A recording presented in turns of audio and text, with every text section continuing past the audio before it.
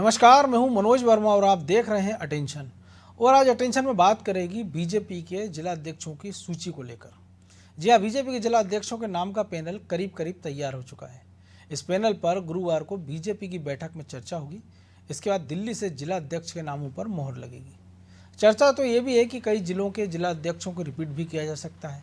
ऐसे में सवाल ये है कि क्या बीजेपी जिला अध्यक्षों को रिपीट करेगी और मंडल अध्यक्ष जैसा विरोध जिला अध्यक्षों की सूची आने के बाद ना हो, इसलिए कई स्तर पर मंथन हो रहा है। आज चर्चा इन्हीं सवालों के आसपास, लेकिन पहले ही रिपोर्ट देखिए।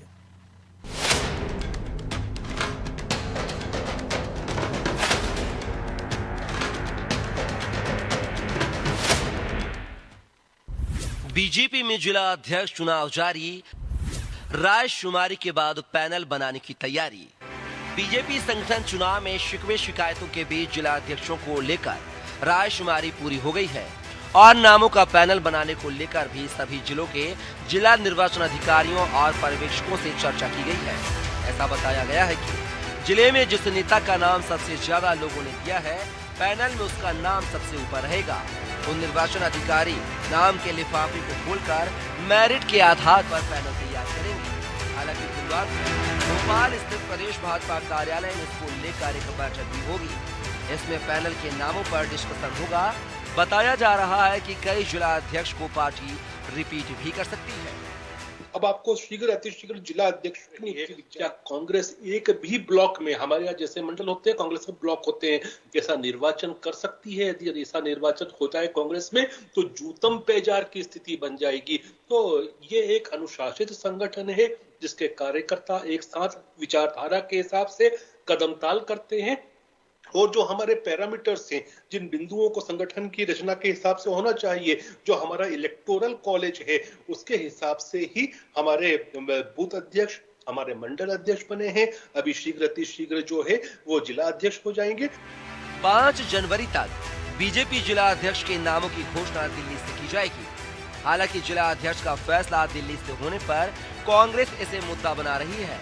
कांग्रेस जहां ऐसे बीजेपी नेताओं की खींचतान से जोड़कर देख रही है, वहीं वो प्रदेश संगठन पर भी सवाल उठा रही है। प्रदेश भारतीय जनता पार्टी में इस अंतर द्वंद्व अंतर कलह का दौर चल रहा है, खुलकर पट्टावाज चल रहा है, वर्चस्व की लड़ाई लड़ी जा रही है। हर नेता चाहता है कि उसके खास अनुयायी को वो जिला अध्यक्ष बनवा दे, शहर अध्यक्ष बनवाए, लेकिन ऐसा हो नहीं पा रहा। आपसी खींचतान के चलते इनकी लड़ाई दिल्ली दरबार तक पहुंच गई, लेकिन लगता नहीं कि यहाँ पर भी इनकी मामला सुलझ पाएगा। इनका अंतर द्वंद्व अंतर कलह बहुत तेज और आगे बढ़ने वाला है। भले ही कांग्रेस बीजेपी के इस फैसले को अपने नजरिए से देखे, लेकिन फिर से जिला अध्यक्ष के रिपीट होने की खबरों ने कुछ नेताओं के चेहरे पर मुस्कान ला दी है। उन्हें उम्मीद जागी है कि फिर से जिले की कमान उनको दी जा सकती है। खैर, अब देखना होगा कि दिल्ली किन नामों पर मुहर लगाती है, कितने नए चेहरे सामने आते हैं और कितने पुराने नेताओं पर पार्टी भरोसा जताती है। रिपोर्ट अनादि टीवी, भोपाल।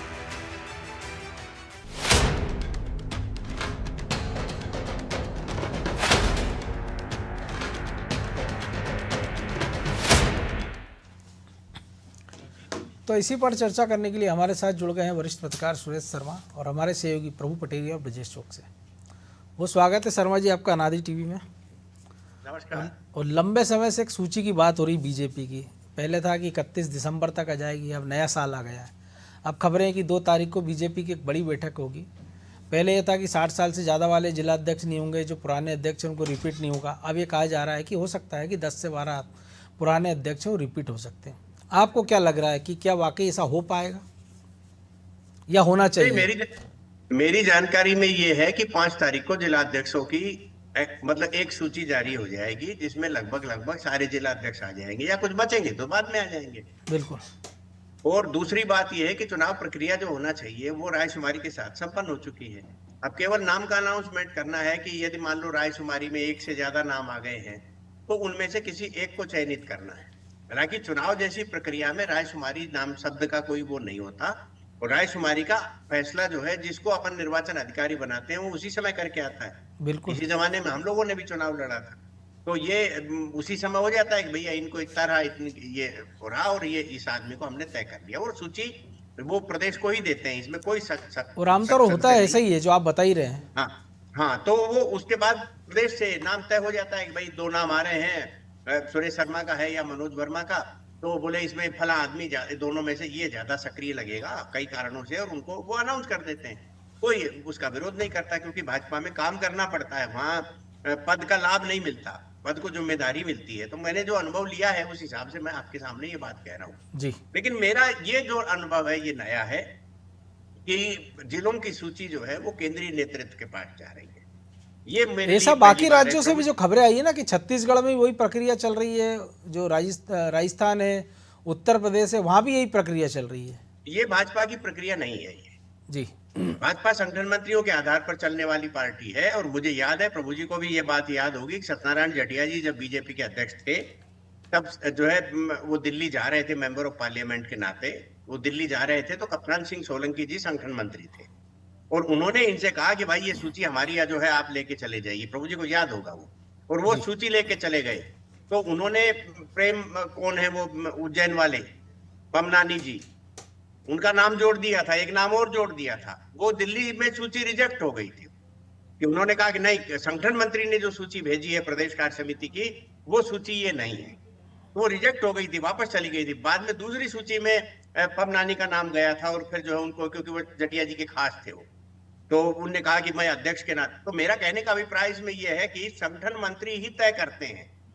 ये तो प्रभात झा जी के जमाने में अरविंद मेनन जी संगठन मंत्री बन गए जी, जो मूलतः जो है जिसको कह सकते हैं कि वो प्रचारक नहीं थे, इसलिए उन्होंने, उनके बाद से ये हो गया कि प्रदेश अध्यक्ष जो है वो संगठन की नियुक्तियां करने लग गए।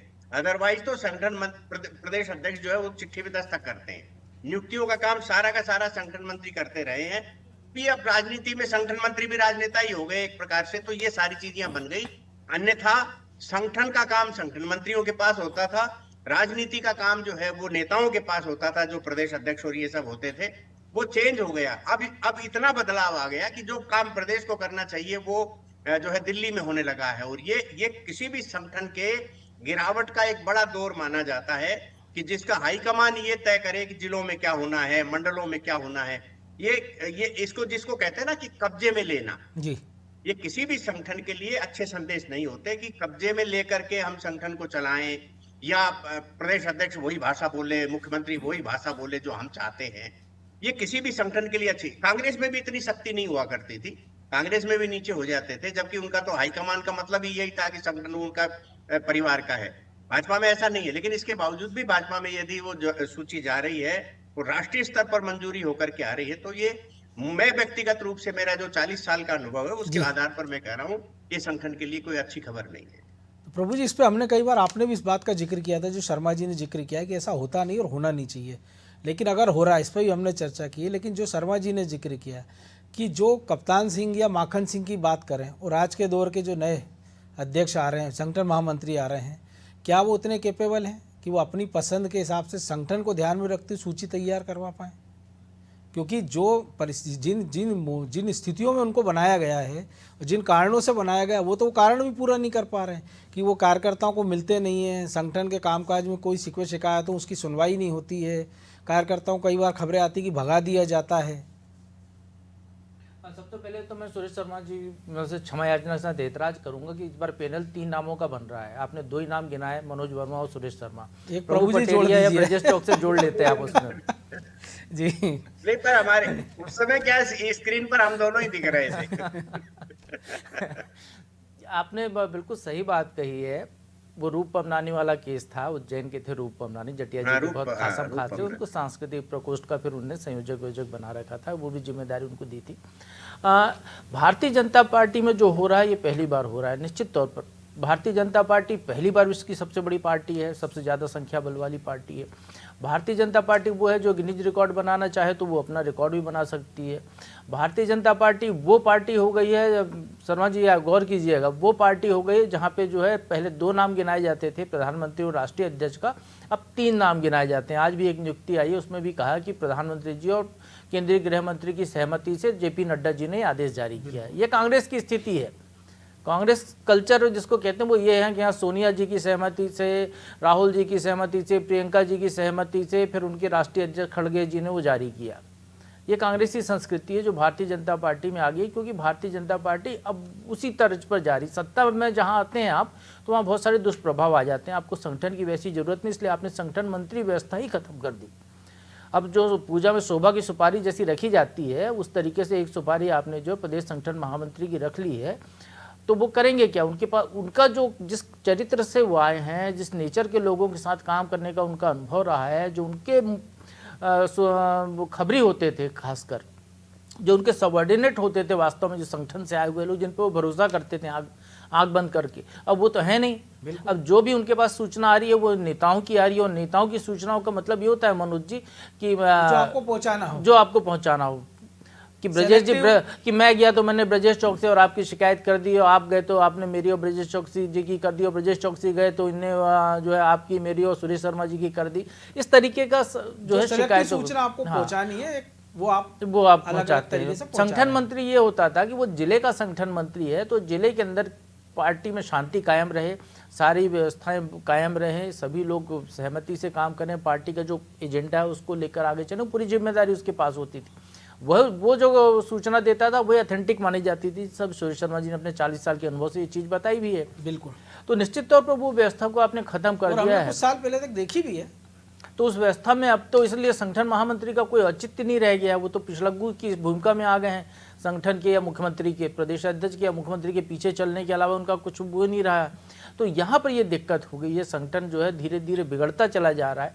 रायशुमारी जैसी चीज़ संगठन चुनाव में तो पहली बार सुनी गई है। विधायक के टिकट की बात होती है, पार्षद के टिकट की बात होती है, बहुत सारे दावेदार होते हैं, तो आप वहाँ पर रायशुमारी कर लीजिए। संगठन में दावेदारी करने से क्या मतलब है मनोज जी? संगठन में आप दावेदारी करके क्या आपको कोई कमाई का साधन मिल रहा है? आपको कोई अतिरिक्त आय हो रही है? संगठन आपको सैलरी वेतन दे रहा है? संगठन आपको जिम्मेदारी देता है, जैसे पद के लिए नहीं हो रही अब तो।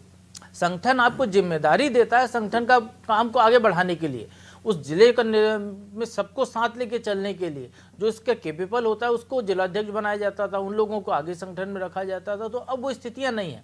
अब पार्टी का पूरा तरीका दूसरा हो गया। अभी बीजेपी ऑफिस चले जाइए आप, वहाँ पे जो है झुंड के झुंड दावेदार खड़े हुए हैं। बिल्कुल 10 लोगों को लेकर आए हुए हैं, बोले साहब मेरा नाम गया है, मेरा नाम गया है, वो अध्यक्ष जी को करना है, उनको करना है। तो लोग इसी में लगे हुए हैं, लॉबिंग चल रही है यहाँ पर विधायक के टिकट की जैसी। तो ये स्थितियां संगठन को लेकर खराब हो रही हैं। सुरेश शर्मा जी ने बिल्कुल सही कहा, आप एवरेस्ट तक पहुंच गए, शिखर तक। अब यदि आपने आपको ढर्रा चेंज कर लिया है आपने, तो नहीं सुधरे आप, तो फिर उसके बाद आपको जो है नीचे की तरफ आने का रास्ता खुलेगा। क्योंकि ये जो मचने वाला है इस बार के संगठन चुनाव के बाद, क्योंकि दिल्ली से हो रहा है चुनाव, सारी चीज़ें दिल्ली तक चली गई। अब इस चुनाव के बाद जो बीजेपी के अंदर गदर मचने वाला है, उसको प्रदेश का नेतृत्व क्या कोई नेता नहीं संभाल पाएगा। मुझे नहीं लगता कि संभालने लायक होगा। वो तो एक टूक कह देंगे, दिल्ली वालों ने किया वहां जाइए। अपेक्षाएं ज़्यादा हो गई है लोगों की। आपने 3 नामों का पैनल दिल्ली भेज दिया, दिल्ली वाले ने एक नाम उसमें से तय कर लिया, वो हालांकि तय करेंगे प्रदेश की सहमति से, नाम होगा दिल्ली का, बाकी के लोग फिर नाराज होंगे। तो ये सारी चीज़ों का खामियाजा यहाँ पर देखने को मिलेगा। जैसे 2018 के चुनाव में जो बीजेपी का ये कहना था कि उनके अपने लोग नाराज हो गए कुछ लोग, इसलिए उनने वोट डालने नहीं गए। या बीजेपी के जो लोग कहते हैं कि बीजेपी को बीजेपी के ही नेता कार्यकर्ता हराते हैं, वो यदि घर बैठ गया कार्यकर्ता उनके, तो फिर काम बंद हो जाता है। इसी लोकसभा हमने देखा ना उत्तर प्रदेश में। तो ये नुकसान बीजेपी को होता है। तो बीजेपी, अब वो स्थितियाँ बीजेपी के अंदर पैदा हो रही, क्योंकि एक अनार 100 बीमार वाली स्थिति हर जिले में हो गई है। अब वो दायित्व के लिए नहीं आ रहे हैं, वो पद के लिए आ रहे हैं। पद मतलब लालसा के लिए आ रहे हैं कि उससे मुझे आगे बढ़ना है, सत्ता भी है गड़बड़ है। तो ब्रजेश जी, ये जो लालसा है ये कहाँ खत्म होगी? क्योंकि नेताओं की अपनी लालसा है, कार्यकर्ताओं की अपनी लालसा है। और अगर आप ये सब दिल्ली के हवाले से कर देंगे, अगर मान लीजिए आपकी मर्जी से भी कर रहे हो, दिल्ली के नाम की आप पर्ची फाटेंगे, तो कल को होगा ना चुनाव के समय, अगर नेताजी घर गए तो वो कह देगा भैया दिल्ली वालों से आप तो प्रचार करा लो, या दिल्ली वालों से आप काम करा लो।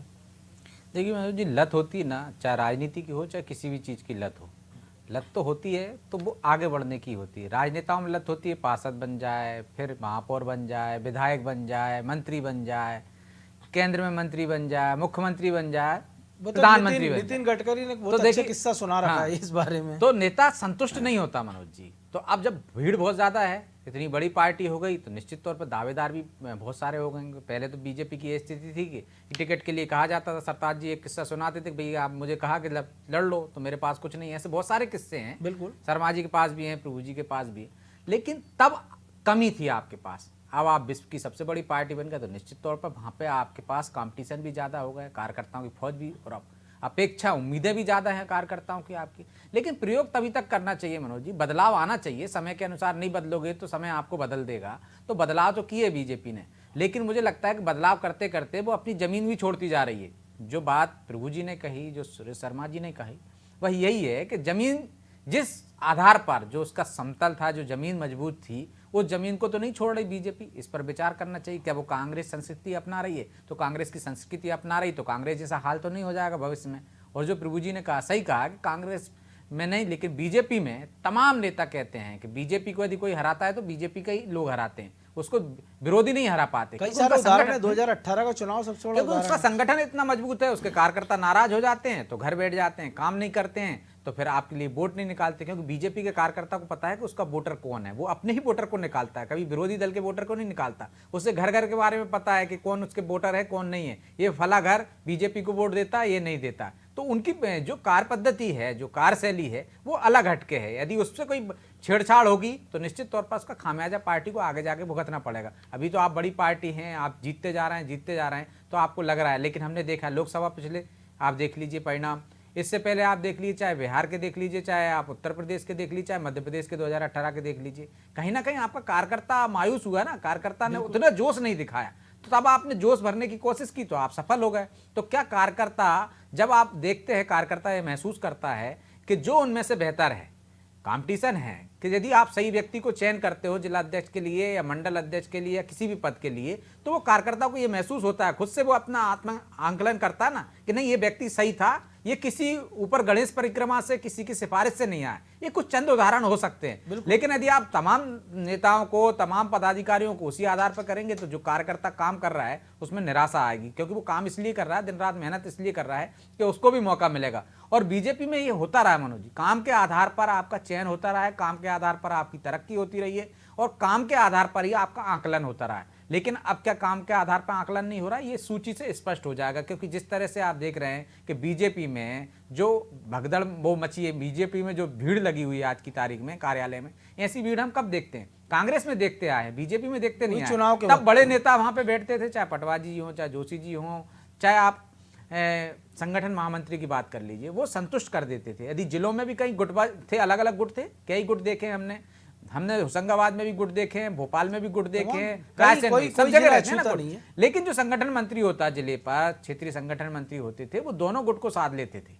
तब वो जो गुटबाजी का असर जो हम आज देख रहे हैं मध्य प्रदेश में, आप देखिए मंत्री किस तरह से आरोप लगा रहे हैं, तो ये कमजोरी की निशानी है ना। अनुशासन वाली पार्टी, चाल चरचे वाली पार्टी में कभी इस तरह से विरोध प्रदर्शन नहीं होता था कि एक मंत्री बोल रहा है और उस पर कोई एक्शन नहीं होना और अध्यक्ष पर ही सवाल खड़े कर देना, तो ये ऐसा पहले कभी हुआ नहीं है। यदि बीजेपी में हुआ है तो एक्शन भी हुआ है इस तरह से। लेकिन ये अनुशासनहीनता क्यों आ रही? वो इसी वजह से आ रही कि आप उसका कहीं ना कहीं आप उसको संतुष्ट नहीं कर पा रहे, उसकी सुनवाई नहीं हो रही। यदि संगठन मंत्री ने, मंत्रियों में यदि कोई विवाद था, बैठ के सुनी होती दोनों पक्षों को और मुझे लगता है संतुष्ट करने की कोशिश की होती, दोनों की समाधान किया होता, तो प्रदेश स्तर पर इस तरह से बवाल नहीं मचता और विपक्ष को मौका नहीं मिलता। यदि यही संतुष्टिकरण अब नीचे स्तर पर नहीं हुआ तो जो आप प्रदेश स्तर पर बड़े नेताओं में देख रहे हैं वो नीचे स्तर पर भी आपको देखने को मिलेगा। तो अभी तो मौका है, अभी तो हम ये कह सकते हैं कि सूची आने के बाद पता चलेगा कि वाकई में जो जिनकी हक बनता था उन्हीं को हक मिला है, या जो कांग्रेस से आ गए हैं उनकी वजह से कईयों के हक मारे गए हैं, या वहां पर भी गुटबाजी बड़े नेताओं की चली है। तो शर्मा जी, इससे ऐसा नहीं लग रहा है कि क्या प्रदेश के नेतृत्व पे भरोसा नहीं, केंद्रीय नेतृत्व को? और फिर अगर ऐसा ही है तो अगर जिला अध्यक्ष पसंद के बिठा रहे हैं तो फिर वो जिलों में अपने जो संगठन महामंत्री हैं, संभागीय संगठन महामंत्री, उनको बिठा दें, जिला महामंत्री बिठा दें और उन पे भी नकेल कस दें जब सभी दिल्ली को करना है तो। नहीं, मुझे लगता है कि प्रभु जी ने जो ये बात कही थी ना कि दिल्ली को भेज करके जो प्रदेश में बड़ी पार्टी होने का खामियाजा हो सकता है उसको रोका जा रहा है। मेरा मत ये लग रहा है, मुझे भी जो प्रभु जी की बात को समाहित करते हुए मैंने अपनी बात कही है। तो अभी जो परिस्थितियां हैं वो ये है कि संख्या ज्यादा है और कार्यकर्ताओं की संख्या ज्यादा है, नेता भी अब तो +1 हो गए, मतलब कांग्रेस प्लस भाजपा हो गए, तो अब वो डबल हो गई भाजपा। और तो नई ऐसी पीढ़ी को स्थिति आपने में आगे ले आए तो वो भी तिबल हो गई। हाँ, तो अब ऐसी स्थिति में यहाँ जो जिसको कहते हैं आलोचना से बचना होगा ये, और एक इतना बड़ा कोई प्रदर्शन जैसा मामला अभी मुझे दिखाई नहीं दिया है। हाँ, इस समय एक लड़ाई जरूर चल रही है और वो ये है कि यदि मान लो हम सागर जिले की लड़ाई देखते हैं तो गोविंद सिंह वर्सेस ओपन सिंह हो जाती है, गोपाल भार्गव जी उसके बीच में कहीं न कहीं से अपना चेहरा दिखा देते हैं।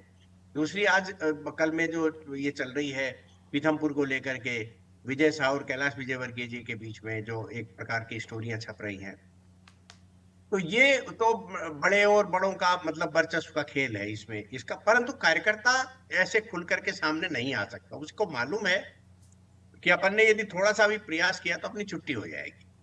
और कोई भी देखिए सत्ताधारी पार्टी को छोड़ करके नहीं जाता, कोई भी बुराई मोल लेना नहीं चाहता। एक तो ये बड़ी स्पष्ट बात है। दूसरी एक बात मैं और कहना चाहता हूं, देखिए संगठन मंत्री की भूमिका समाप्त नहीं हुई है। संगठन मंत्री के काम करने का तरीका बदला है, इतना भर मेरा मानना है। भूमिका खत्म नहीं हुई है, क्योंकि जिस दिन भूमिका खत्म हो जाएगी उस दिन आरएसएस का हस्तक्षेप खत्म हो जाएगा। और संघ का हस्तक्षेप खत्म होने का अभिप्राय सीधे सीधे ये है कि भाजपा राजनीतिक पार्टी के रूप में फिर रह नहीं पाएगी। क्योंकि देखिए भाजपा सबसे अलग इसलिए है क्योंकि उसका संगठन सशक्त है, और संगठन सशक्त होने का मतलब केवल ये है कि जिला संगठन मंत्री, संभागीय संगठन मंत्री तो खत्म हो गए पद, केवल प्रदेश संगठन महामंत्री बचा है। और दिलचस्प बात यह कि कहा गया था ये काम नहीं करते, काम के नहीं है, और उन सबको राज्य मंत्री या मंत्री के दर्जा देके अलग अलग मलाईजार पदों पर बिठा दिया गया। पहले चुनाव के पहले संघ से विस्तारक लिए जाते थे, वो भी बंद हो गया है। विजय प्रति जाते थे। प्रभु जी आपके पास बड़ा अनुभव है, और मैं भी थोड़ा सा जानता हूँ। देखिए एक जमाना था जब भाजपा में आरएसएस के लोग जिले और संभाग के संगठन मंत्री बन के नहीं आते थे, केवल संभागीय संगठन मंत्री होता था, और किसी एक कार्यकर्ता को संगठन मंत्री का दायित्व दिया जाता था जो रिपोर्ट देता था इसकी। ये उस समय भरपूर अनुशासन का दौर था, तब ये सब चलता था। उसके बाद क्या हुआ कि तो सत्ता नहीं थी ना, तो इसलिए कोई दिक्कत भी नहीं थी अनुशासन में। नहीं, ये चर्चा बढ़ाने की बात हो सकती है, लेकिन मैं फिर मेरी बात कह रहा हूँ कि प्रभु मनोज जी देखिए उसके बाद क्या हुआ कि संघ के प्रचारक जो थे उनको ये लगने लगा कि भैया सूखी सूखी कब तक खाएंगे। उन्होंने अपेक्षाएं जाहिर की, तो उनको संतुष्ट करने के लिए संभागीय और जिले के संगठन मंत्री बने हैं। अन्यथा मेरे ख्याल से तो कप्तान सिंह सोलंकी जी के जमाने में भी संभागीय संगठन मंत्री नहीं हुआ करते थे। जटिया जी भी सुना संभागीय रहे हैं। जटिया जी के समय और इनके कप्तान सिंह जी के समय जो संभागीय संगठन मंत्री थे, मुझे जहां तक ध्यान है, हो सकता है मैं कहीं इसमें दो थे भाई, दो लोग थे उससे। नहीं, वो विजय दुबे और वो सिंह थे, सत्येंद्र भूषण सिंह, कप्तान सिंह जी के समय। वो पर उनके सहयोगी थे, वो सह संगठन मंत्री थे वो, लेकिन संभाग में तो मेनन साहब के समय में भी चलते रहे हैं। हाँ, वो उसके बाद बने। उससे पहले क्या होता था कि जो भाजपा का एक नेता होता था, संगठन के बारे में जानकार होता था, उसको संगठन मंत्री का दायित्व दे दिया जाता था। मुझे याद है, मैं कोई किस्सा सुनाना नहीं चाहता, मेरे मुंह पे बार बार आ रहा हूँ। इस तरह की परिस्थितियां सुना दीजिए, अभी तो वक्त है, थोड़ा सा है, ज्यादा नहीं है। नहीं, तो मैं ये कहना चाह रहा हूँ कि संगठन मंत्रियों की भूमिका इसलिए महत्वपूर्ण है क्योंकि अन्यथा संघ का नियंत्रण समाप्त हो जाएगा। मैं जो बहुत महत्वपूर्ण बात कह रहा हूँ, और संघ का नियंत्रण समाप्त होने के बाद मध्य प्रदेश का जो संगठन है, मध्य प्रदेश की जो ताकत है, वो कुशाभाऊ ठाकरे, नारायण प्रसाद गुप्ता जी, प्यारेलाल खंडेलवाल जी और गोविंद सारंग जी। प्रभु जी आपको याद होगा, गोविंद सारंग जी यदि जो है संगठन का काम छत्तीसगढ़ में नहीं देखते, विश्वास सारंग के पिता चाचा जी, यदि वो वहां काम नहीं देखते तो छत्तीसगढ़ में आपकी दोबारा सरकार आने की कोई संभावना नहीं थी। जो भूपेश बघेल जी के समय, वो केवल उनके द्वारा जो स्थापित किया गया संगठन स्ट्रक्चर था। यानी आप ये कह सकते हैं कि मध्य प्रदेश के कुशाभाऊ ठाकरे और छत्तीसगढ़ के गोविंद सारंग जी, यही एक्चुअल में संगठन का काम देखते थे। उसके बाद प्यारेलाल जी ने जो ताकत बनाई है वो दूसरे तरीके की ताकत थी, उन्हें वोकल लेके आए। और नारायण प्रसाद गुप्ता जी जो है, उन्होंने उपचुनाव जीतने की विधि डेवलप की। ये एक भाजपा का स्ट्रक्चर था, मुझे तो अक्सर से याद है, बहुत लंबा चौड़ा याद है। तो उसके कारण भाजपा ताकतवर हुई है। भाजपा का जो सबसे ताकतवर होने का फेस है, वो एक फेस मैं आपके सामने उल्लेख कर दूं ताकि आपके श्रोताओं को भी मालूम चले। वीरेंद्र कुमार सकलेचा और सुंदरलाल पटवा के बीच का। वीरेंद्र कुमार सकलेचा जी बहुत ही अच्छे जबरदस्त प्रशासक थे, बहुत जो है काम कराने की क्षमता रखते थे, विद्वान टाइप के जिसको कह सकते हैं अपन अपनी भाषा में, वो थे। लेकिन उनके चेहरे पर मेरी तरह हंसी नहीं आती थी, इसलिए वो संगठन को जनता के बीच में नहीं ले जा सकते थे। और पटवा जी हास्य विनोद में निपुण थे, इसलिए ठाकरे जी ने कहा कि पटवा जी को आगे करो, क्योंकि पटवा जी हंसेंगे तो लोग जो है जुड़ेंगे, अब सीरियस व्यक्ति के पास कितनी देर कोई आंख बैठेगा? तो अब ये सूची के बाद भी पता चल जाएगा ना कि वाकई में जो अच्छा कार्य करता है उसके साथ हास्य हुआ है, विनोद हुआ है, नहीं, या अभी- गंभीरता से उस पर अभी- विचार हुआ है। अभी- बहरहाल अभी ये समय खुल के- समय की कमी है अभी ये- शर्मा जी, आपको यही रोकना होगा। बहुत धन्यवाद आपका। तो पैनल तैयार है, 5 तारीख का इंतजार है और संभावना जता रही 5 तारीख तक सारी सूची आ जाए, क्योंकि 2 तारीख को एक बड़ी बैठक बीजेपी की होनी है। लेकिन सबसे बड़ा सवाल यही कि अगर संगठन को आपको मजबूत करना है तो क्या सारे पत्ते आप दिल्ली के हाथ में दे देंगे, या केवल दिल्ली एक बहाना है और जो अपने मनपसंद लोग हैं उनको पदों पर बिठाना है और ये बहाना बनाना है कि सिर्फ दिल्ली की मर्जी से हुआ। ये जो कुछ भी घालमेल हो रहा है या जो कुछ भी तालमेल हो रहा है, इसका पता तभी चलेगा जब सूची जारी हो पाएगी। अटेंशन में आज इतना ही, मुझे दीजिए इजाज़त और आप देखते रहिए अनादि टीवी। नमस्कार।